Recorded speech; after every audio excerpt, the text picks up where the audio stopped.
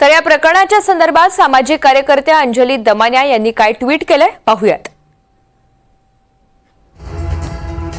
बीड जिल्ह्यामध्ये झालेल्या अत्याचारावर धक्कादायक माहिती मिळतेय।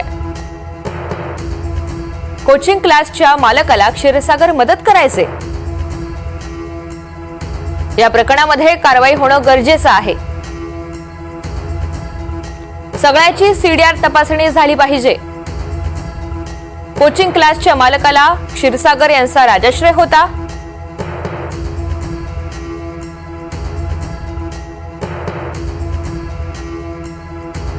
अजूनही आपल्याला काही बदल घडताना दिसत नाहीये। तिथे सातत्याने तेच प्रकार होताना दिसतायत। आताच्या घटकेला एक 17 वर्षाच्या मुलीने तिला पुढे शिकायचं होतं म्हणून ती उमा किरण नावाच्या एका कोचिंग क्लासेसमध्ये तिने नाव घातलं होतं आणि तिच्यावर जुलै 2024 ते मे 2025 पर्यंत सातत्याने तिचा शारीरिक आणि मानसिक छळ होत होता।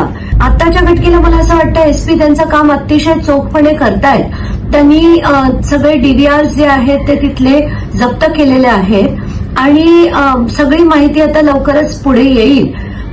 एक गोष्ट फार डिस्टर्बिंग आहे की हे जे विजय पवार नावाचे जे त्या कोचिंग क्लासेसचे मालक होते ते संदीप क्षीरसागर यांच्या फार जवळचे आहेत असं म्हटलं जातं आणि मला नेहमीच वाटतंय की जेवढे राजकारणी आहेत मध्ये कोणीही असो, धनंजय मुंडे असो, क्षीरसागर असो, सुरेश दास असो, सगळे एका माळेचे मणी आहेत आणि सगळेच राजकीय दबाव करतात, आपला एक दबदबा तयार करतात आणि त्यातलाच हा एक प्रकार झालेला दिसतोय। म्हणूनच माझी मागणी आहे की संदीप क्षीरसागर यांचा सीडीआर तपासण्यात यावा आणि त्याच्यात जर ते दोषी असतील तर त्यांना नक्कीच एसपी कावत काही सोडतील असं मला वाटत नाही, पण म्हणूनच त्यांचं चौकशी ही झालीच पाहिजे।